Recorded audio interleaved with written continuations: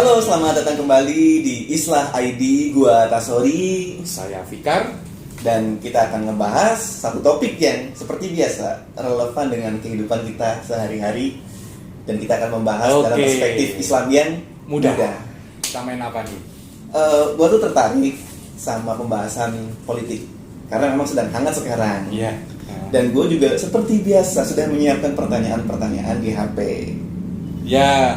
Jadi gini Ustaz, belakangan ini ya nggak hari ini saja, tapi kemarin juga pilpres kemarin itu politik selalu dikait-kaitkan dengan agama. Jadi ketika kita memilih pasangan A, maka kamu tuh secara agamis, secara keagamaan kamu akan sangat diragukan. Dan ketika kamu mendukung ini berarti kamu mendukung orang-orang kafir. Jadi kenapa sih nggak dipisahkan saja? Bukankah agama itu satu hal dan politik adalah hal yang lain? Dan kenapa kita mencoba untuk mempecah belah dengan agama? Sedangkan agama itu kan sangat sakral. Oke ya. Ini kaitannya dengan pemilu. Yes. Di mana lagi panas-panasnya nih. 2 minggu lagi kita akan melaksanakan coblosan. Nomor berapa nih? Nggak tahu deh, nggak usah. Rahasia. Oke, lanjut. Tapi yang jelas begini.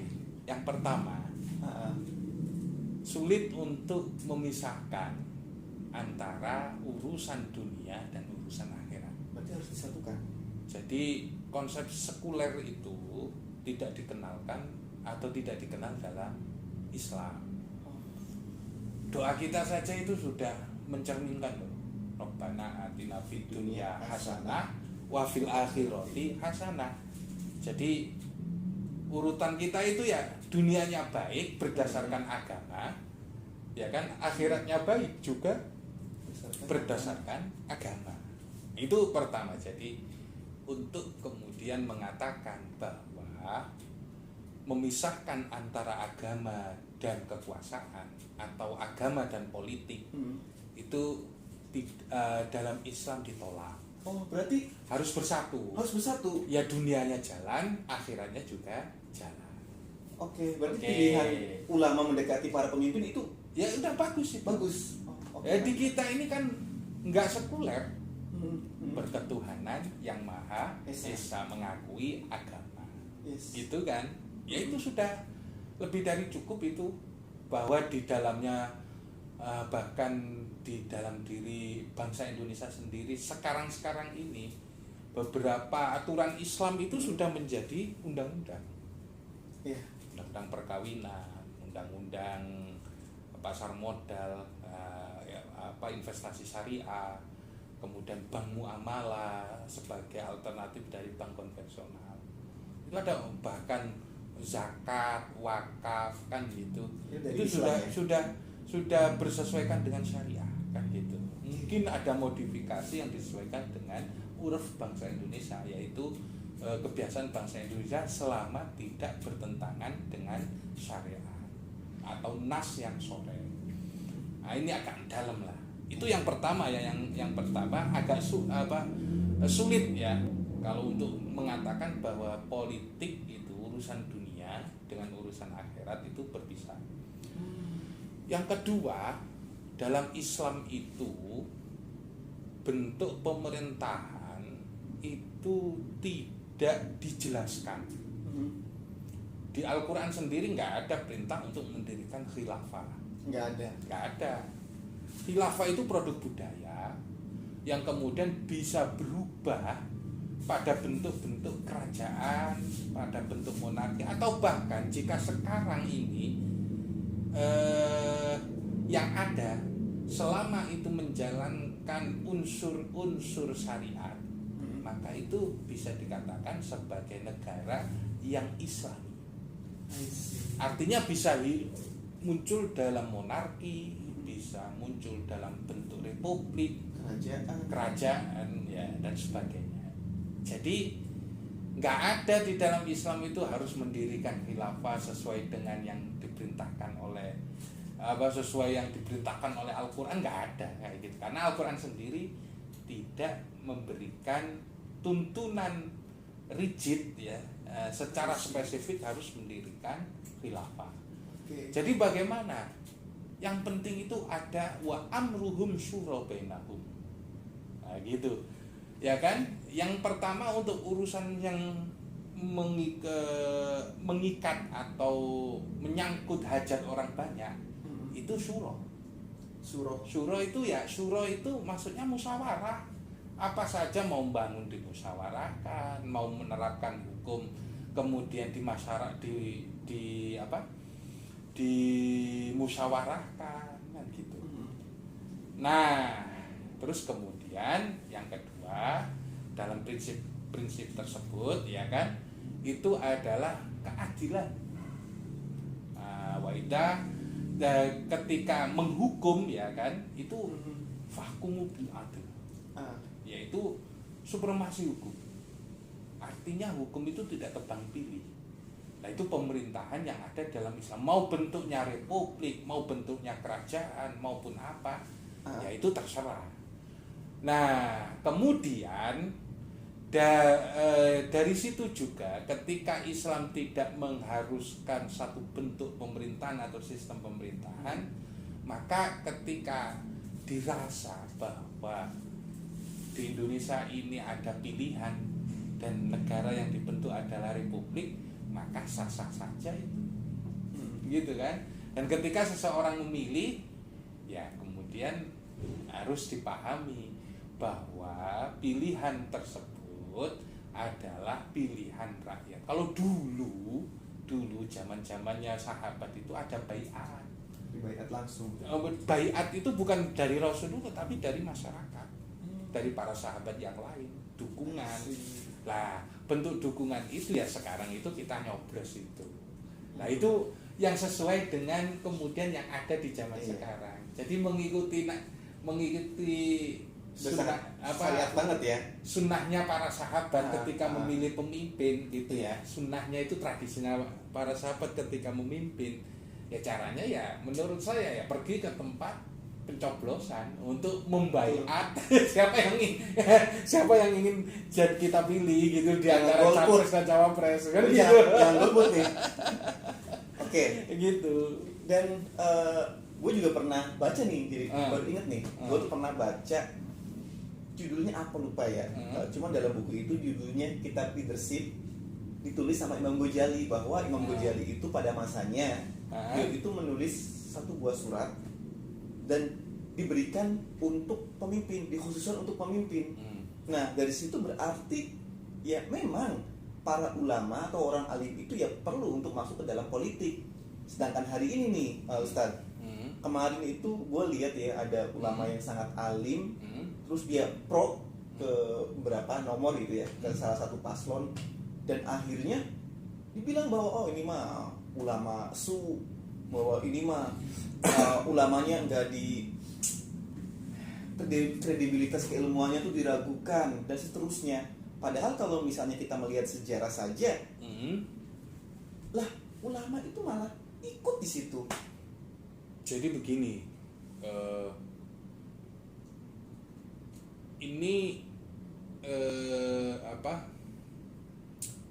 ada beberapa hal yang perlu disikapi terkait keterlibatan ulama di dalam politik. Tapi perlu diingat kan gitu, kalau hadis Nabi itu bilang gini, afdalul jihad qaulul haq inda al-imam al-jair, inda sultanil jair. Jihad yang paling utama adalah mengatakan yang hak, ya kan, ketika di hadapan penguasa yang lalim. Nah ini jangan diartikan mentah-mentah. Jadi kalau kita mengelaborasi hadis tersebut, ya, jadi posisi ulama di situ sebagai kontrol terhadap kekuasaan. Harus ada yang mengontrol ya. Kontrol dalam kekuasaan. Dan itu perlu. Nah, jadi kontrol kekuasaan itu nggak harus kontras menjadi oposisi dan melawan pemerintah, enggak. Kadang-kadang kita harus pro ya.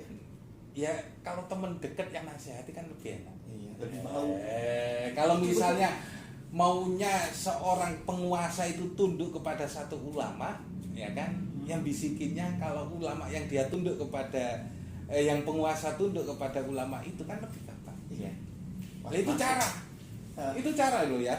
Jadi jangan kemudian kita menafikan segala hal. Karena pada hakikatnya ketika ulama itu mau mendengar para penguasa umara itu mau mendengar para ulama, itu menjadi nasihat yang baik. Karena ini kontrol. Maka sekarang ini apalagi dalam kaitannya kan gitu ya, pemilu ya, ada pemilu presiden dan ada caleg ya, ada pemiluan legislatif. Yang harus dipilih itu adalah mereka yang benar-benar alim dan tahu permasalahan masyarakat. Oke. Nah, jadi siapa yang akan mewakili kita untuk menyampaikan aspirasi kita terkait kekurangan yang ada di sana sini, yaitu yang akan kita pilih. Begitu.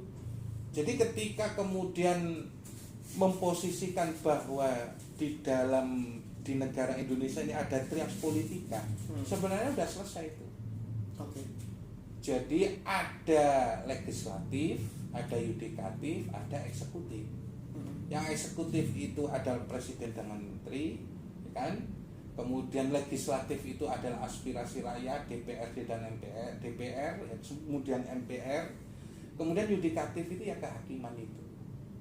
Jadi ketika ada tiga tersebut saling mengoreksi, saling memberikan nasihat, saling meluruskan kan gitu dalam hal yang baik, maka terciptalah suatu masyarakat yang madani. Itu. Jadi ketika kemudian sebenarnya konsep yang ada dalam politik itu di dalam Islam itu sudah ada, bahwa nanti bentuknya itu adalah trias politika, meskipun yang mendengungkan itu adalah orang-orang non-muslim, Jean-Jacques Rousseau atau siapa gitu ya kan. Tapi kenyataannya itu pun tidak bertentangan dengan Islam. Itu. Okay. Karena fungsi-fungsi di situ itu fungsi kenegaraan itu ada dan dijustifikasi di dalam Islam. Bahwa semuanya itu ada sebagai presiden itu sebagai pelaksana kehendak rakyat kan gitu kan. Bahwa ada hakim yang mengadili ketika keliru. Itu termasuk diantaranya presiden pun ya atau khalifah pun ya kan, dan ada pula yang kemudian menjadi wakil legislatif di dalam masyarakat. Mungkin bentuknya tidak serinci sekarang dahulu, tapi nyatanya para khalifah itu selalu minta pertimbangan kepada para penasehatnya. Begitu. Yang terjadi itu seperti itu dulu itu. Jadi dalam konteks ini ya kita itu jangan kemudian plek-ketiplek harus Islami seperti zaman dulu. Ngikut sunnah Rasul itu bukan hidup di zaman Rasul. Ya, harus tahu konteks. Ngikut kejayaan Islam bukan hidup di masa jaya Islam 14 abad yang lalu atau 13 abad yang lalu. Tidak. Tapi ada yang disebut ATM, amati, tiru dan modifikasi. Tapi substansinya dan isinya itu adalah Islami. Yes. Karena ada yang bisa diikuti secara substantif, ada yang harus plek-ketiplek. Yes. Iya. Harus lama kan gitu, harus persis sesuai yang diajarkan oleh Nabi dan ajaran Islam. Nah, soal masalah siasah ini masalah furu'iyah. Beda zaman, beda terapannya. Iya. Jadi beda sistemnya. Ruang dan waktu ya. Mungkin kalau sekarang zaman khalifah misalnya Abbasiyah atau Umayyah, hancur kita kalau diterapkan zaman sekarang. Betul. Sistem itu bisa, gimana ya? kemudian khilafah itu jadi sebuah dinasti, ya kan? Apa enggak kemudian demo berjilid-jilid nanti dari para mahasiswa? Betul. Begitu ya kan. Coba lah Umayyah sama Abbasiyah itu semuanya kan itu sampai berapa turunan, 30 turunan itu. Semuanya itu berasal dari darah Abbasiyah, Umayyah atau Abbasiyah. Itu. Lah terus mau diterapkan zaman kita, ya enggak zaman dul. Enggak itu ya, enggak relevan lagi. Enggak relevan lagi. Ya yang sekarang ini bisa diterima masyarakat ya pemilu ini. kan gitu. Sistem demokrasi. Nanti kalau misalnya yang paling cocok adalah keturunan raja, ya nggak masalah nanti, bebas-bebas saja. Ya, tergantung Yang penting situasinya. suronya jalan, musyawarahnya jalan, kemudian kontrolnya jalan terhadap pemerintah dan penguasa, terus kemudian masyarakat ini adil gitu aja, makmur gitu aja. Oke, gitu aja, nggak ada yang lain-lain gitu. Nah, gimana menurut Antum? Ya, saya setuju itu. Cuman gini, gue tuh ada keresahan lagi nih. Iya. Kan kata Ustadz itu, ya memang politik dan agama itu tidak bisa dipisahkan, harus saling berhubung. Tetapi kemarin itu, gue tuh ngelihat ya, ada perbedaan antar orang-orang tertentu, dan ada satu kelompok yang memang di situ itu sangat agamis sekali. Satu kelompok yang memang mereka tuh menggaung-gaungkan betapa syariat Islam itu harus diterapkan. Tetapi ketika mereka itu melihat ada satu orang yang berseberangan dengan dirinya, dengan mereka, itu dia dikebukin sampai babak belur. Dan mereka tuh orang-orang yang saya lihat tuh wajah-wajah Islam gitu, tapi kok bisa gitu?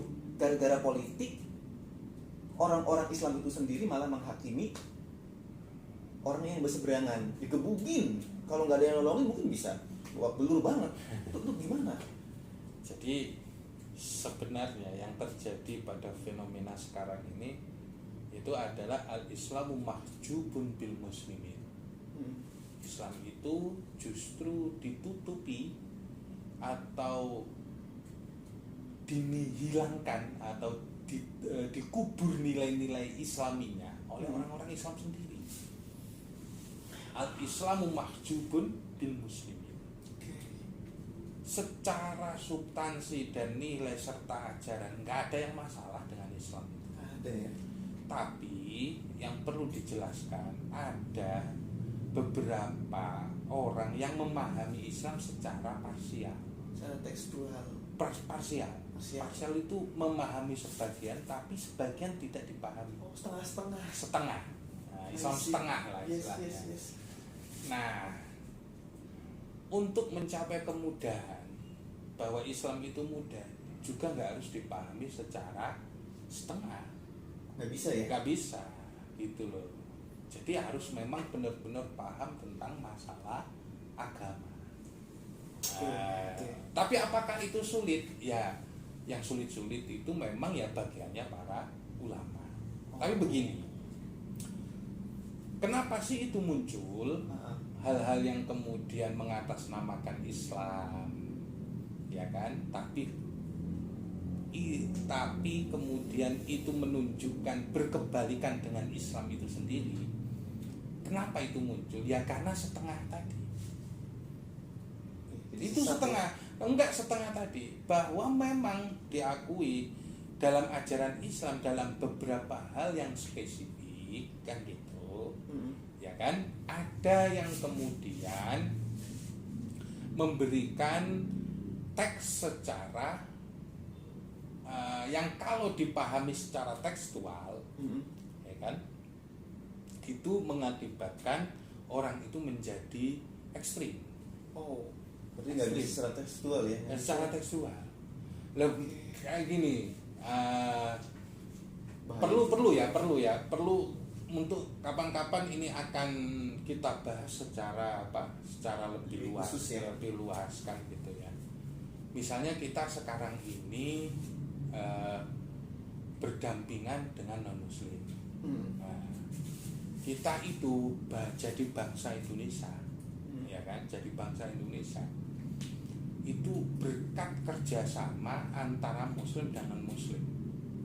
Perjuangan Indonesia hingga sampai merdeka sekarang ini berkat kerjasama antara muslim dan non muslim. Itu tidak bisa diingkari. Kolaborasi mereka ya? Kolaborasi.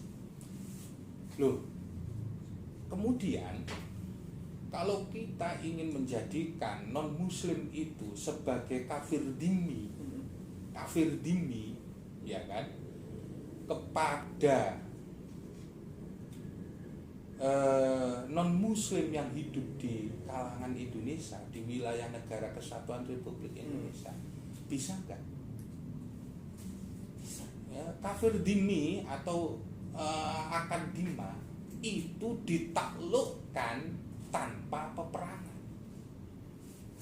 Awalnya perang, ya kan, kemudian nggak jadi karena mereka berakad dhimma, ya, berakad dhimma, yaitu menjadi tanggungan kaum muslimin untuk menjaga keamanan mereka, asalkan mereka bayar pajak kepala. Jadi kehidupan mereka itu dijamin oleh umat Islam kalau mereka itu menjadi bagian yang menyatu di dalam suatu negara. Betul. Gitu. Kalau umat Islam kan wajib zakat. Ya kan? Sementara mereka sebagai citizen kan mestinya juga harus bayar. Yes. Iya kan? Zakat itu kan apakah untuk orang muslim? Nah, untuk mereka sendiri kan juga bisa sebagai jaminan keamanan. Betul. Dan akad dhimmah itu sendiri itu perlu. Kenapa? Ya karena mereka untuk menjaga kaum muslimin yang jaga keamanan mereka. Mereka sudah bayar kok kan gitu, bayar pajak kok. Nah, belakangan akad dhimmah itu sendiri itu menjadikan non muslim dipandang rendah sebagai negara kelas 2 di dalam masyarakat atau kewarganegaraan wilayah Islam. I see. Nah, untuk menerapkan hal itu, kalau disamakan bahwa dulu itu dhimmah itu adalah suatu peperangan yang kemudian mereka menyerah dengan mau membayar dhimmah, maka dalam konteks sekarang mereka ikut turut berjuang. Berarti apa konsepnya? Konsepnya adalah bahwa mereka itu adalah muwatinun, sama-sama rakyat Indonesia. Sama halnya ketika negara Madinah didirikan oleh Nabi, Nabi itu tidak mengangkut dhimmah, menetapkan jizyah, ya kan? Menetapkan jizyah kepada penduduk Madinah yang mau bergabung dengan perjanjian piagam Madinah. Betul. Lah, ya jadi apa? Ya udah itu bersama saja kan gitu. Apa yang menjadi kewajiban kita, rukun damai kan gitu. Itulah Islam. Nah, ketika itu kita sekarang kemudian mau menerapkan bahwa orang non muslim itu harus bayar jizyah, ya gak bisa. Asalnya itu juga beda dengan asal munculnya dhimmah itu sendiri. Nah, itu loh yang terjadi ketika umat Islam sudah menjadi di Indonesia ini sudah menjadi negara kesatuan Republik Indonesia. Lalu kemudian kita memandang bahwa yang tidak sama dengan kita kan gitu loh. Ya kan? Maka mereka itu kafir. Ya nggak bisa begitu. Gitu loh. Iya. Jadi masalah khilafiyah itu akan selalu muncul dan kita toleran. Gitu. Jadi begini, orang-orang itu kenapa mampu mengafirkan karena mereka mengikuti penafsiran mereka sendiri. Ngomong syariat, ya kan, ngomong syariat ketika mereka menguasai bahwa ini harus disyariatkan, negara ini harus mengikuti syariat, tapi syariat versi mereka. Iya, berarti Saya udah berulang-ulang kali berkata kepada Anda, teks itu termasuk wahyu Al-Quran itu sebagai sesuatu yang teks itu aja, tapi aplikasinya ada manusia. Ketika ditafsirkan sebagai teks yang harus membunuh orang itu jadi gitu, menakutkan sekali ketika itu ditafsiri secara ekstrim. dan itu Dan itu seolah-olah menjadi teks yang tunggal kebenarannya, padahal kemungkinan dari teks itu sendiri, karena kita tahu dalam Al-Quran itu banyak yang dzanniyat, yang sifatnya praduga. Maka ketika mereka berkuasa, ya Al-Quran itu ditafsiri menurut mereka yang sesuai dengan kepentingan mereka. betul.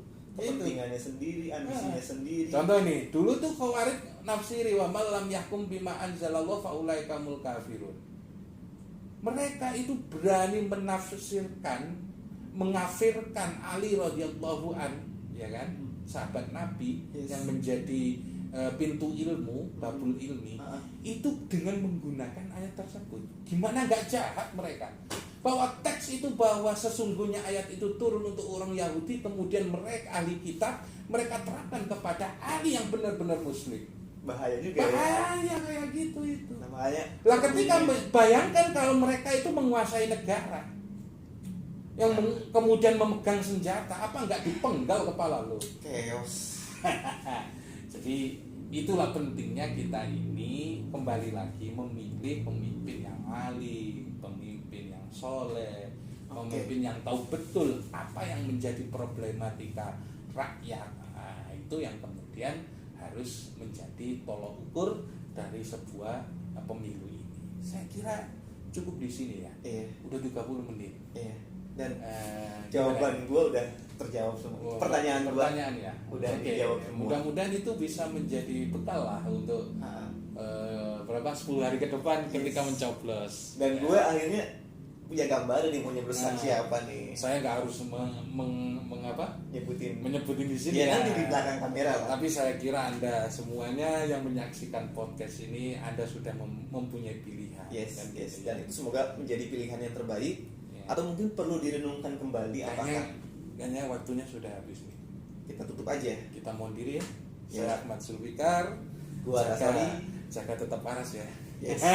Oke. Tetap logis kita. Sampai jumpa. Ya. Assalamualaikum Assalamualaikum warahmatullahi wabarakatuh.